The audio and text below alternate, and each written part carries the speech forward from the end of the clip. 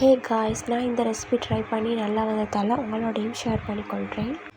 ரவையும் கேரட்டும் இருந்தால் இந்த ரெசிபியை நீங்கள் கண்டிப்பாக ட்ரை பண்ணலாம். ஒரு பவுல் எடுத்து அதில் ஒரு கப் ரவையை சேர்த்துட்டு, ரவை அளந்தெடுத்த கப்லேயே ஒரு கப் மாதிரி அந்த ரவையில் பாலை ஊற்றி நல்லா மிக்ஸ் பண்ணணும். ஒரு சப்பாத்தி பதத்துக்கு வரணும்.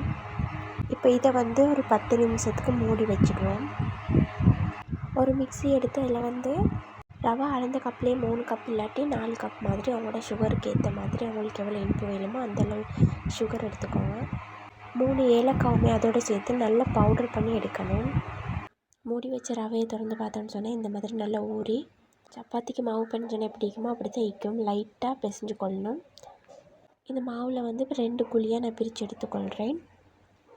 ஏன் பிரித்து எடுக்கணும்னு சொன்னால், இப்போ இதை நம்ம இந்த மாதிரி தட்டி எடுக்க போகிறோம். ஒரு அளவு மெல்லிசாவே தட்டி எடுத்துக்கலாம். இப்போ தான் நீங்கள் இந்த வீடியோ ஃபஸ்ட் டைம் பார்க்குறீங்கன்னு சொன்னால் சப்ஸ்கிரைப் பண்ண மறந்துடாதீங்க. ஒரு பேனை அடுப்பில் வச்சு நல்லா கொஞ்சம் ஹீட் பண்ணிக்கொள்வேன். அதுக்கப்புறமா நாங்கள் ரொட்டியை சுட்டுற மாதிரி லைட்டாக இது 2 பக்கமும் ரோஸ் ஆகிற மாதிரி சுட்டெடுக்கணும். நெய் போட்டு லைட்டாக இந்த மாதிரி ரோஸ் ஆகினா போதும், மிச்சம் வேக தேவையில்லை.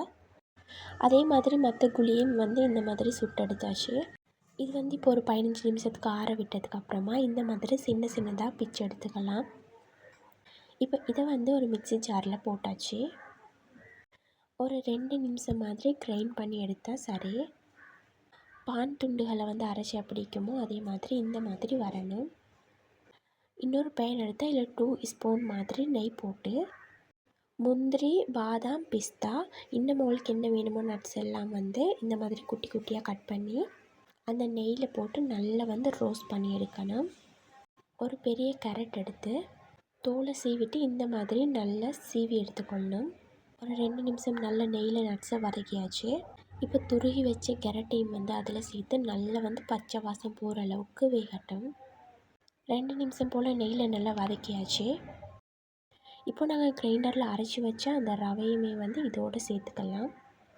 நல்லா ஒரு 2 நிமிஷத்துக்கு இதெல்லாம் சேர்ந்து கலப்படுற மாதிரி நாங்கள் போட்டுக்கிற நட்ஸ், கேரட், நெய், அந்த ரவை எல்லாம் மிக்ஸ் ஆகணும் நல்லா. இப்போ நல்லா நாங்கள் மிக்ஸ் பண்ணி எடுத்துட்டேன். இப்போ நாங்கள் அடுப்பை ஆஃப் பண்ணிவிட்டு நாங்கள் ஏலக்காவும் சுகரையும் போட்டு நல்லா பவுடர் பண்ணி வச்சுருந்தோம். அதை இதோட கொட்டி நல்லா மிக்ஸ் பண்ணணும். நல்லா மிக்ஸ் பண்ணிட்டு போது அந்த ரவையோட சூட்லேயே அது நல்லா இலகி வரும். நீங்கள் மறந்துடாமல் அடுப்பை ஆஃப் பண்ணி தான் வைக்கணும். இதுவுமே நல்லா கலப்படுற மாதிரி நாங்கள் மிக்ஸ் பண்ணி விட்டுடுவோம். சரியாக ஒரு 5 நிமிஷம் இந்த மாதிரி கலந்து இருந்திப்போம்.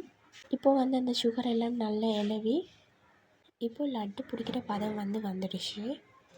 கையில் கொஞ்சமாக நெய் தடவிட்டு கொஞ்சமாக எடுத்து நல்லா உருட்டி எடுத்துக்கலாம். பார்த்திங்களா எப்படி கலர்ஃபுல்லாக யம்மியாக இருக்குன்னு சொல்லி ரொம்பவுமே ருசியாக வந்துடுச்சு. நீங்களும் கண்டிப்பாக ஒரு டைம் சரி ட்ரை பண்ணி பாருங்கள். Carrot rava laddu ready. இப்போ நான் சாப்பிட போகிறேன். நீங்கள் சப்ஸ்கிரைப் பண்ணாட்டி கண்டிப்பாக சப்ஸ்கிரைப் பண்ணுங்கள். ட்ரை பண்ணியிருந்தீங்கன்னா ரெசிபி எப்படி வந்துச்சுன்னு சொல்லி கமெண்ட்லேயுமே சொல்லுங்கள். பாய்.